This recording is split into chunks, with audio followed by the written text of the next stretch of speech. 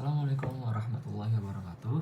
Izin memperkenalkan diri, nama saya Ali Ahmad Al-Falaz dengan NIM G002551 dari kelompok A2.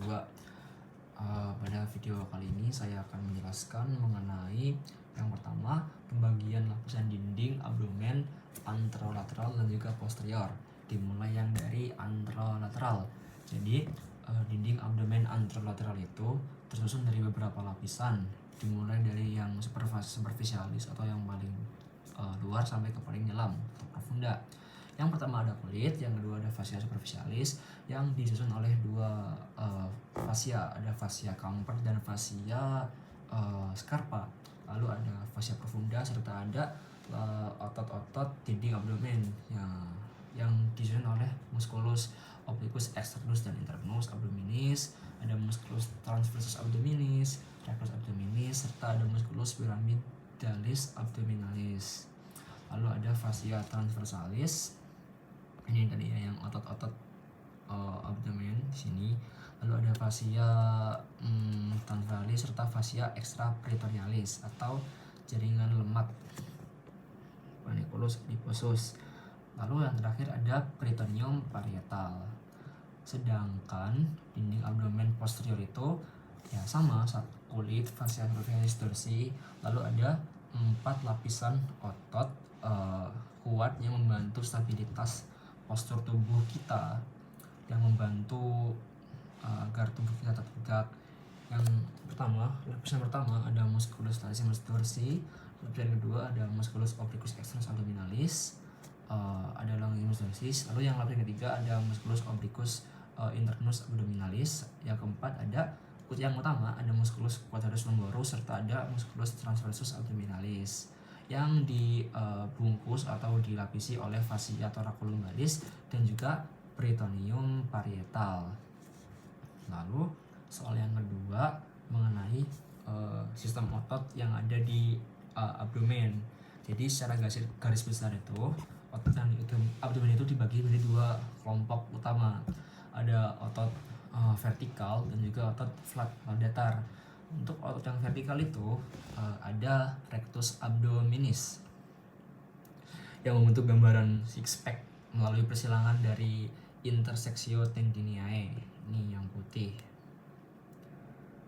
dan juga dari linea alba, tapi ini nggak kelihatan ya. Lalu untuk otot yang datar itu berfungsi untuk membentuk dinding perut, juga gerakan fleksi rotasi dan juga kompresi organ intraabdomen, dan disusun oleh musculus obliquus externus abdominalis ini, lalu ada musculus obliquus internus abdominis, juga ada musculus transversus.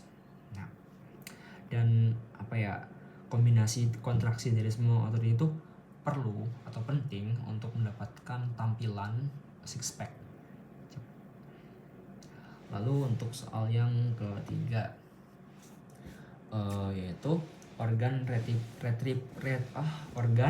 retroperitoneal dan juga intraperitoneal. Jadi organ intraperitoneal itu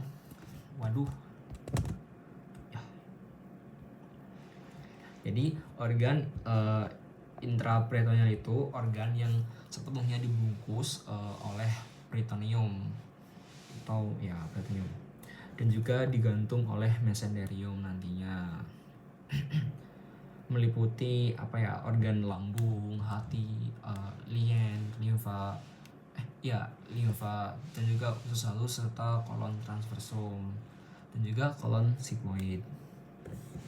Sementara organ yang retroperitoneal itu terletak di belakang atau di luar dari peritoneum parietal, dan hanya sebagian permukaan aja yang disetubuhi oleh peritoneum. Contohnya itu ada ginjal, lalu ada kelenjar adrenal atau suprarenal glandula, ada duodenum yang terus kecuali yang superior, ada pankreas kecuali yang bagian kauda atau ujung, lalu ada esophagus, rectum, ada kolon ascendens juga kolon descendens. Enggak ada ya. Lalu kita pindah ke soal selanjutnya, anatomi dari gaster atau lambung. Jadi gaster itu adalah organ yang berbentuk J ya, J atau C, yang terletak di kuadran kiri atas abdomen. Dan secara anatomi itu gaster itu dibagi dari beberapa bagian. Yang pertama itu ada kardia atau bagian masuk, lalu ada fundus bagian kubah atas yang akan sebagai tempat gas-gas pencernaan nantinya. Lalu ada korpus atau badan dari lambung paling besar ini. Lalu ada antrum pylori bagian distal dari lambung, dan ada pylorus yang akan terhubung ke duodenum atau usus halus nantinya. Dan dinding dari gaster itu tersusun atas 4 lapisan utama. Yang pertama itu ada lapisan mukosa yang mengandung kelenjar dan juga sel-sel penghasil HCl dan juga enzim pencernaan. Lalu ada lapisan submukosa, lalu ada lapisan muscularis yang terdiri dari 3 lapisan otot. Ada otot longitudinal, otot sirkuler, dan juga otot oblik. Yang terakhir ada lapisan serosa. Dan gaster ini memiliki 2 sfinkter ya, atau otot melingkar, otot sirkuler yang akan menutup dari saluran pencernaan. Yang pertama itu ada sfinkter ada LES atau lower esophageal sphincter ini, yang terletak di perbatasan dari esofagus dan juga gaster. Dan fungsinya itu untuk mencegah reflux isi lambung kembali ke esofagus. Lalu ada sfinkter pylorus yang berada di bagian distal dari gaster. Fungsinya itu untuk mengatur dan mengosongkan lambung ke duodenum agar terkontrol lah dari pengiriman makanan ke duodenum itu. Nah, pada GERD atau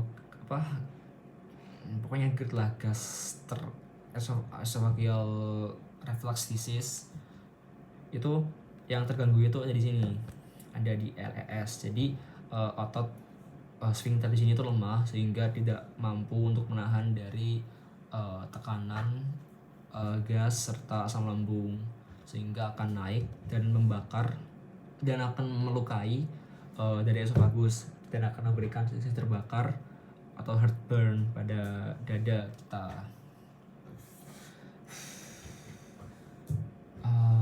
Lalu soal yang berikutnya, di lambung juga terdapat lipatan-lipatan di dalamnya atau rugae ya.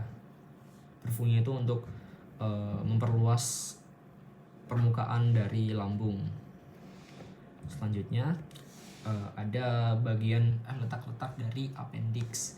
Jadi appendix veriformis itu struktur tubular kecil yang melekat di sekum ya, ini, dan tepat di bawah pertemuan ileum dan juga sekum. Nah, meskipun pangkalnya selalu tetap di sini, tapi ujungnya itu bisa banyak variasi tempatnya. Nah, yang pertama itu ada di retrosekal, di belakang dari sekum, retrosekal, belakang sekum.